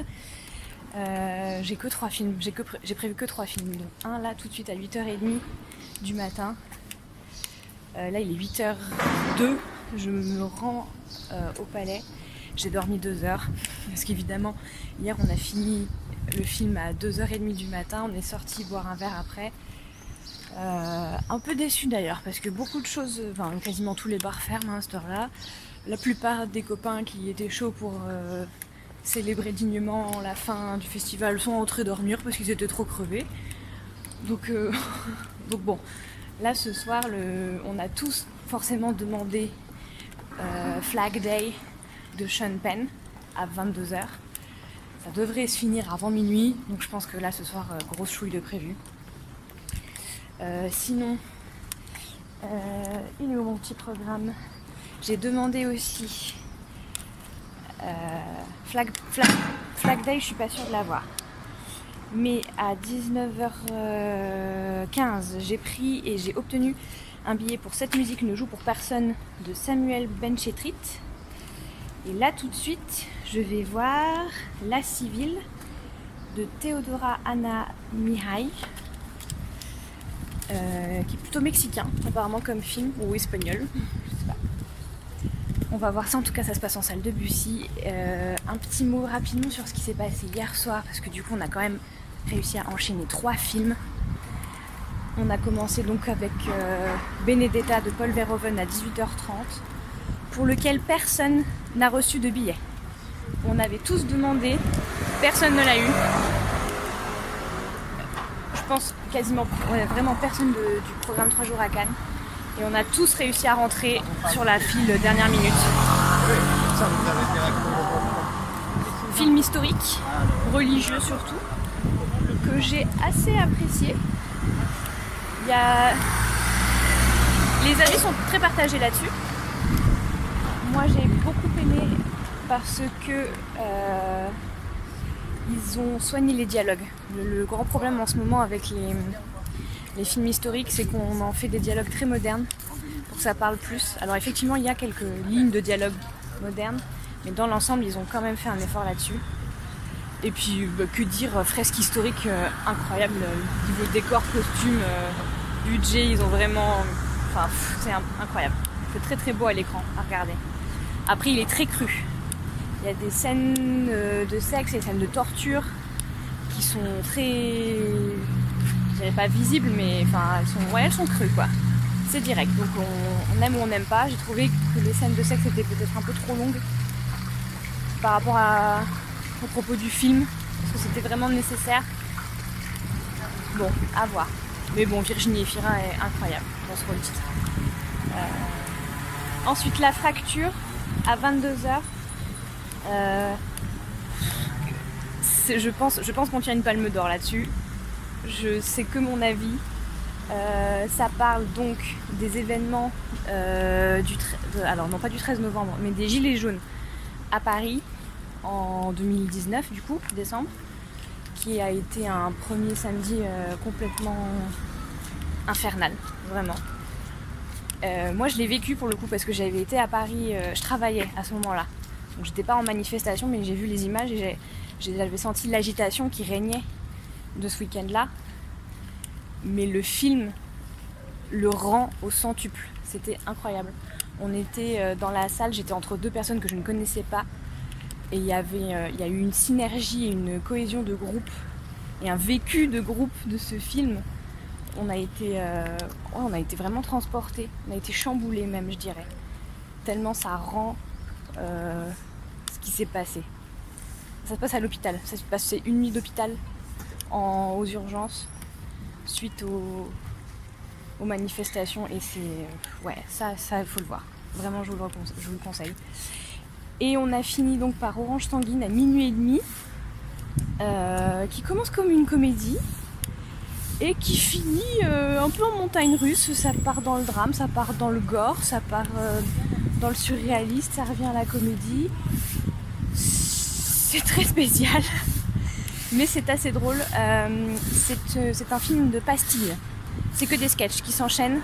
C'est toujours les mêmes personnages. Ils sont toujours liés un petit peu, d'une certaine manière, les uns aux autres. Mais je me demande si c'est pas même improvisé parce que les dialogues sont tellement rapides et naturels.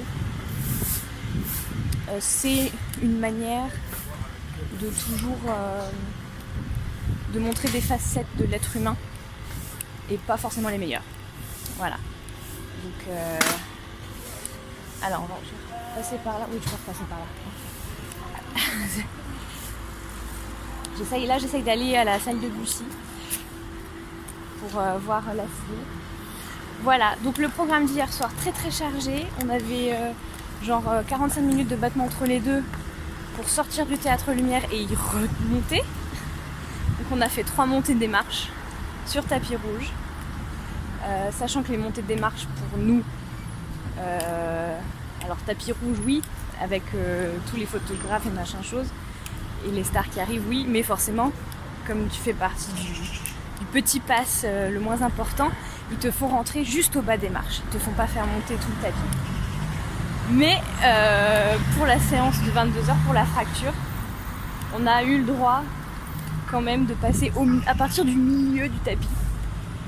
Donc c'était très chouette, on a jubilé, juste de savoir que le pass était prolongé, on a jubilé. Je vais m'arrêter là et je suis juste en plus. J'arrive juste devant le tapis rouge, je vous laisse sur cette petite vision magique.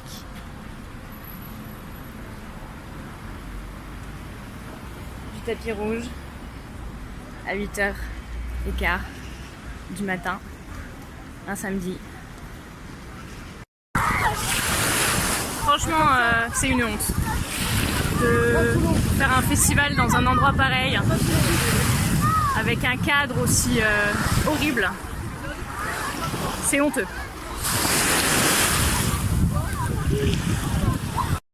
Allez, go! Salut tout le monde!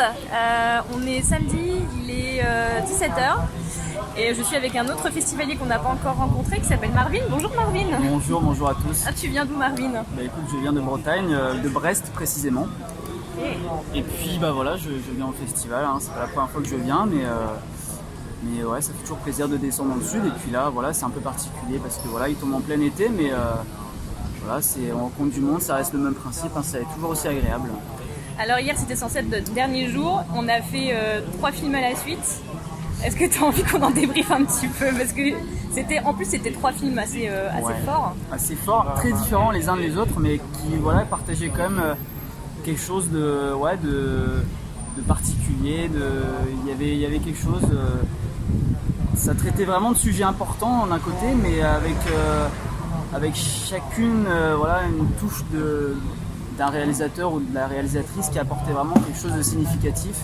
Et non, j'ai vraiment apprécié, comme tu le dis, voilà, 3 séances d'un coup, voilà, sur une soirée, c'était quand même assez intense, mais voilà, on les a gérées, les 3 montées, c'était vraiment super. 3 montées de tapis rouge en ouais, plus. 3 montées. Alors, on a commencé à 18h30 avec Benedetta de Paul Verhoeven. Alors, c'est un film qui divise, visiblement. Ouais, alors ouais, bah ça m'étonne pas, tu vois, mais ouais, parce que ça, bah, déjà, ça partait d'une histoire vraie, et puis voilà, on sait que c'est assez... bon, j'ai pas envie de spoiler pour ceux qui l'ont pas encore vu. Alors donc rapidement, ça parle de sœur Benedetta, donc qui était une bonne sœur dans un couvent et qui apparemment c'est tiré d'une histoire vraie, qui voyait vraiment Jésus qui était complètement dévoué à sa foi, et donc il y a tout un questionnement de la part de l'Église, est-ce qu'elle simule ou pas en gros. C'est ça la problématique était là.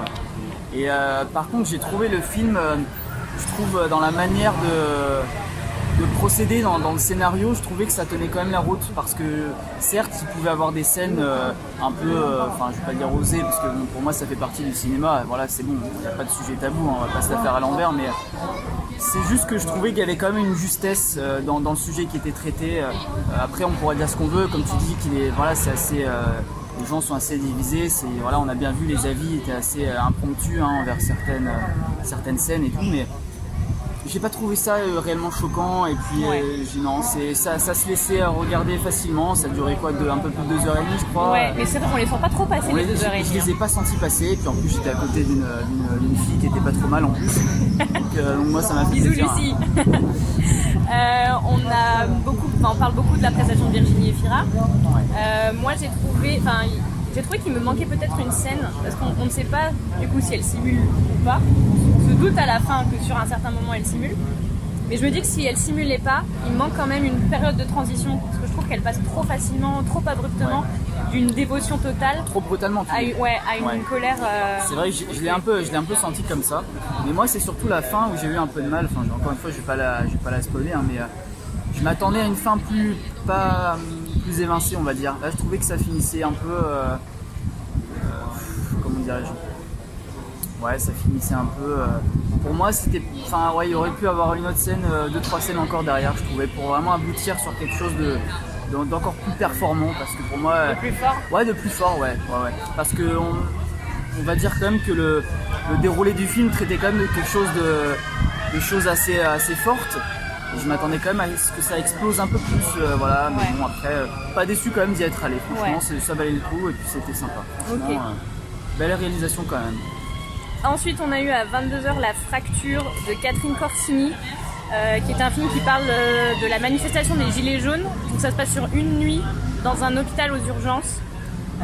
Et franchement, ça c'était très très fort. Je pense qu'on est tous d'accord pour le dire. Et, encore une fois, pas déçu d'avoir monté les marches pour ce film.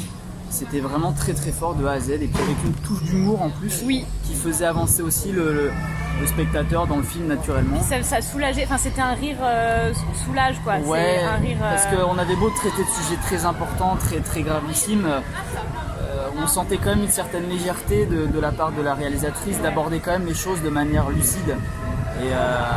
Et ça fait toujours plaisir, parce qu'on voit certaines choses des fois qui sont traitées de manière abrupte, et il n'y a pas de vrai discours derrière pour faire passer un réel message, il n'y a pas de dévotion totale, et là en particulier je trouvais que c'était d'une manière générale très bien réalisé, les acteurs étaient formidables, et puis cela dit, comme tu dis, c'était fort.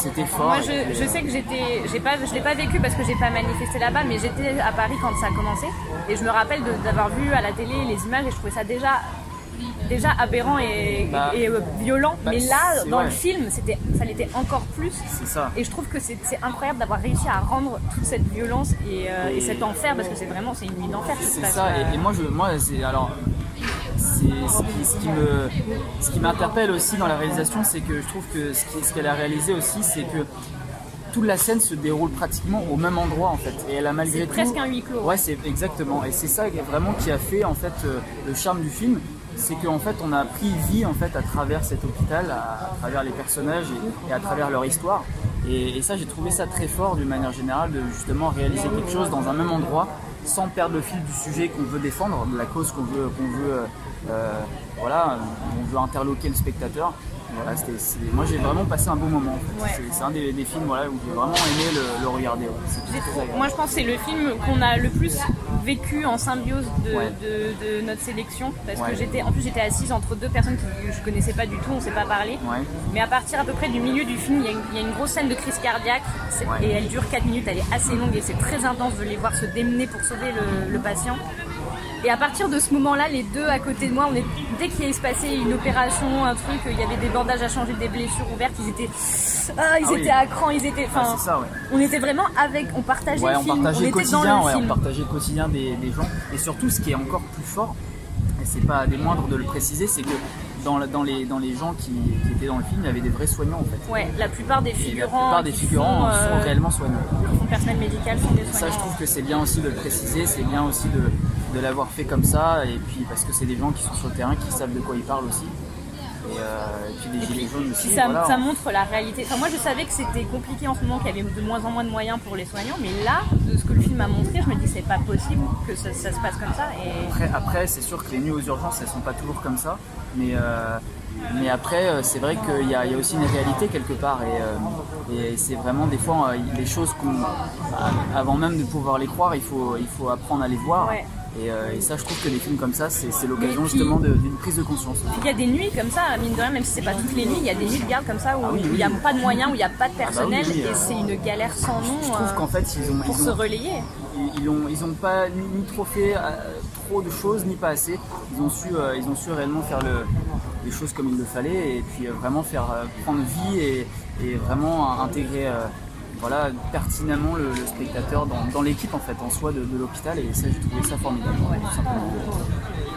Voilà, et du coup on a fini, nous on a continué parce qu'il y en a qui ont décroché à ce moment-là, mais nous on a fini avec le 3e film de Minuit et demi, la projection d'Orange sanguine de Jean-Christophe Meurice, qui est assez bizarre. Que dire Ça commence comme une comédie, ouais, ça finit... Ça passe par le film d'horreur gore, le slasher, ça finit en drame, enfin c'est... Alors là, on a un peu tous les styles en un seul film. C'est ça. Mais c'est ça aussi qui fait le charme du film en soi, parce que Il est moteux, parce que on voit que ça commence de manière humoristique clairement, qu'il y a un débat, etc. Mais je trouve que le réalisateur, son vrai talent, ça a été de sans cesse rebondir dans le film, sur plein de... Et en fait, on dirait que c'était des mini-situations qui s'imbriquaient pour faire le film en durée. Et en fait, moi, je ne suis pas du tout ennuyé. Je pense qu'on en a été beaucoup en salle à rigoler, on entendait beaucoup de gens rigoler. Mais c'était vraiment, il y avait quelque chose qui se passait avec ce film. Moi, je ne m'attendais pas forcément à ça, à un scénario comme ça, aussi évasé, mais ça tient la route, Moi, à partir du moment où ça tient... Déjà au niveau de la réalisation, c'est assez original, c'est un peu un film à sketch, c'est-à-dire que c'est que des scènes isolées entre guillemets, mais c'est des personnages qu'on va retrouver tout le temps, qui sont quand même liés d'une façon ou d'une autre, soit par la famille, soit par le travail, mais on suit un groupe de personnages à chaque fois, et c'est des scènes indépendantes au final, et je me suis perdue dans le film, du coup... Ça parle il y a plein de sujets différents qui sont abordés, et je me demande même si les dialogues n'ont pas été improvisés, parce que ça parle tellement vite, ça se parle les uns sur les autres, c'est tellement naturel. On sent que et puis en fait on sent que c'est du vécu quotidien, parce que comme tu dis, il y a une sorte d'improvisation, je pense, parce que ils sortent des phrases, il y a un phrasé tel quel qui montre quand même qu'il y a une sorte de naturel qui se produit dans les scènes, et c'est ça aussi qui fait l'atout du film, parce que on se plonge aussi clairement dans toutes ces mini-situations qui font qu'il y a... Parce que ça traite aussi de sujets aussi réels, des problématiques réelles du quotidien, mais très original. Franchement, le film, j'ai pas regretté de sortir à 2h du mat de la séance. Non, franchement, c'était sympa, vraiment. C'est un film aussi que, je pense que la journée d'hier était très productive en termes de film, parce que les trois déjà, je les ai aimés, et puis voilà, franchement, c'était 3 styles différents. 3 styles très différents. Je préciserai juste que Orange sanguine est un film assez, pas assez violent, mais il y a quand même des scènes assez choquantes. Mais je tiens à préciser, et je suis ravie, que c'est quand même un des rares films qui traite de la question du viol masculin. C'est assez rare pour le nommer. Ouais, c'est vrai. C'est vrai que c'est une scène qui fait partie du film intégrante. On le voit pas venir, franchement. On le voit pas du tout venir, on le voit pas venir, c'est vrai qu'on le voit pas venir. Mais bon, après, c'est vrai que ça, il y a des scènes violentes, faut le dire, c'est clair, faut quand même préciser, parce que les gens s'attendent pas à un truc, Mais c'est quand même, il y a quelque chose qui se passe, quoi. C'est pas un film, c'est pas un AV le truc, franchement, c'est vraiment puis les acteurs sont bons. C'est différent, ouais. Je pense, on a vu c'est 3 films français qu'on a vus hier, avec 3 distributions assez incroyables à chaque fois. Et c'était riche, franchement, en talent. Franchement, ça faisait vraiment plaisir de voir 3 films français, comme tu dis, et puis voilà, des acteurs comme ça, franchement, ça fait plaisir d'aller au Festival de Cannes pour voir ça, franchement. Voilà, on verra ce que les jours restants vont nous réserver, hein, mais déjà, voilà, allez-y si vous y êtes pas allé encore. Hein, franchement, moi, Alors, donc hier, ça devait être notre dernier jour justement dans le pass, et on a appris à 22h qu'ils nous prolongeaient. Donc aujourd'hui, on n'aurait rien dû faire. On a quand même vu des films. Alors moi, j'ai vu des films, toi pas encore aujourd'hui. Ah, c'était un peu la journée off, un peu pour se balader, parce que mine de rien, quand tu vas au Festival de Cannes, tu vas à 8h, tu rentres chez toi, il est 2h, 3h du matin. Hein. Donc c'est un peu un raid quotidien en fait, mais c'est ça, moi j'ai dormi, voilà, comme je disais, en 3 jours j'ai dormi 5-6 heures, mais je suis pas fatigué. Pourquoi? Parce que on est sous adrénaline tout le temps, on est occupé, on a vachement de choses à faire, à voir. C'est ça, à voir. Et puis mine de rien, une bonne moyenne en journée de film, c'est quoi? C'est 4-5 films au moins. Ouais. Et là ça te prend la journée quoi. Moi je fais 5 films, j'avoue 5 films c'est lourd. Surtout les 3 en soirée quoi. Les 3 en soirée, les 3 et que je salisse pas mon côté parce que en plus avec un section de vie ça serait con. Hein. Non. Alors, t'avais prévu de partir quand et au final t'as réussi à décaler? Écoute, moi je devais partir dimanche matin, en plus super tôt en plus. Mais j'ai réussi à décaler l'intégralité du truc, à savoir l'hébergement et les vols, heureusement. Hein. Mais donc je pars normalement mardi après-midi. Il y en a qui n'ont pas pu rester, qui sont déjà repartis. C'est ça, malheureusement pour eux. Après c'est sûr, il y a des impératifs. C'est juste dommage de ne pas l'avoir précisé avant, ça, parce qu'on a eu l'info hier soir en fait. Hein, ouais. Juste à la fin du pass 3 jours. C'est entre 2 films, on a su. Et du coup, dernière question avant de conclure, est-ce qu'il y a des films que tu prévois de voir, quels sont les films que tu attends de voir sur les jours où tu vas rester? Sachant que ce soir tu vas déjà voir Catherine Deneuve, c'est de son film, c'est ça? Exactement. Alors, un film, je vais te donner le nom du réalisateur quand même parce qu'on est professionnel. Si je le retrouve, de son vivant, oui il est là, d'Emmanuel Berco, réalisatrice, pardon. Alors ça c'est à 10h45. Déjà c'est une réalisatrice que j'aime bien, c'est pour ça que je voulais y aller. Et puis Catherine Deneuve on la présente plus, hein, voilà. Mais après en termes de film qui reste à voir, ce serait Sean Penn, Flag Day. Ça c'est vraiment quelque chose que je visais et que justement je ne pensais pas pouvoir y accéder puisque voilà, le pass 3 jours était censé finir plus tôt. Et il y a un autre film que j'aimerais voir, je crois qu'il tombe lundi, je crois que c'est Bac Nord ou un truc comme ça, c'est avec Gilles Lelouch. Ah oui. Et j'adore cet acteur. Et donc voilà, c'est vraiment ça que Après il y a d'autres montées de prévues, j'ai pas encore checké trop la programmation, mais bon après on va voir ce qui va pouvoir tomber. Hein. Nous, tu connais, avec Tanguy on se met... on arrive à choper on arrive toujours à choper les trucs. Il y en a qui ont le karma à 0, nous on a je pense, le karma à 10 000 parce que Tanguy il lève la main, il a la place. C'est un truc de fou sur toutes les places qu'il a demandé. De toute façon Tanguy il lève le bras, il y a 3 citronnades qui arrivent, hein, donc, avec de la menthe et tout ce qu'il veut. Donc, Voilà, et merci Marvin pour cette petite interview. Eh bien écoute, merci à toi, en tout cas c'est un plaisir, on a les gens toujours.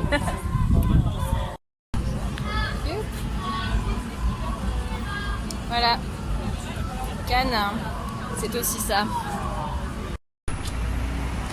Salut tout le monde. Voilà, on est dimanche 11 juillet. Il est 11h moins le quart. Et je suis pas sur le tapis rouge en fait, je suis à la gare.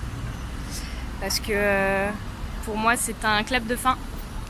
Je quitte la Croisette. Je pourrais pas rester plus longtemps au festival. Le pass devait déjà se terminer vendredi. J'ai déjà eu bien de la chance d'avoir pu gratter samedi. Hier soir, on a été voir donc Flag Day à 22h de Sean Penn. Durée du film 1h45, durée ressentie 2h30. C'est un genre de biopic qui parle donc de John Vogel, un mythomane, et de son rapport à la famille. Et c'est surtout, c'est un grand rôle pour Sean Penn. J'ai trouvé sa prestation très émouvante, très profonde. Et c'est aussi l'occasion pour le film d'introduire sa fille, Dylan Penn, qui joue là, qui a le premier rôle féminin. Et c'était très long. C'est vraiment un film qui parle des rapports familiaux et puis des rapports exubérants du père et de ses mensonges tous plus monstrueux les uns que les autres, et le fait que la famille doive essayer de lui faire comprendre qu'il faut arrêter et qu'ils ont envie de construire une vraie relation de famille et ils n'y arrivent pas. Donc voilà, les applaudissements à la fin ont été très froids. Je pense que tout le monde a détesté. Enfin, tout le monde a trouvé ça trop long, tout le monde a trouvé ça trop ennuyeux, mais personne ne voulait le dire parce que c'est Sean Penn. Donc, mais voilà, j'ai remarqué quand même à la fin les applaudissements n'étaient pas très nourris. Et puis donc après on a voulu aller en soirée. Tous les bars ferment à 00h30. On comprend pas trop le principe parce qu'il y a plein de séances de films qui commencent à 00h30. Donc à 2h du matin, t'as encore envie d'aller prendre un verre et il n'y a plus rien. Nous on est sortis là, il était pas loin de minuit. On a trouvé une soirée sur la Croisette privée, donc on a déjà mis presque 1 heure à rentrer là-dedans pour au final rester une demi-heure parce qu'il bouclait. Enfin, voilà. On a essayé de finir en boîte, ils nous laissaient pas rentrer parce qu'il fallait réserver des tables à 1 000 €. Voilà. Donc bon, on n'a pas fini en apothéose, mais on a quand même fait une sacrée belle montée des marches parce qu'ils nous ont pas fait monter en bas des escaliers, on est parti du tapis et ça c'était juste royal. J'ai eu ma place en 10 minutes, enfin je n'avais pas ma place, je l'avais demandé sur l'application, je l'ai pas reçue, donc j'avais ma petite pancarte, en 10 minutes il y a un monsieur qui est passé qui m'a donné la sienne, enfin sa deuxième, il devait venir accompagner. Et ouais, donc voilà, moi je suis contente de partir quand même maintenant. Je suis déçue de ne pas pouvoir revenir et pas pouvoir faire plus de jours parce que le pass a été prolongé exceptionnellement. Mais déjà au niveau budget et puis réservation, juste il n'y a plus de train. Il n'y a plus de train pour... Enfin il y a des trains mais ça c'est hyper cher. Donc j'ai pas trop réussi à me réorganiser. Mais j'ai déjà réussi à gratter un jour de plus, donc ça c'est génial. J'ai eu tous les films que j'ai demandé, sauf 2. Mais j'ai quand même réussi à les voir, à gratter des tickets. Donc pour moi c'était un pari réussi, on va dire. Et puis la ville est incroyable. Enfin, franchement en fait j'ai vécu un film de ce festival.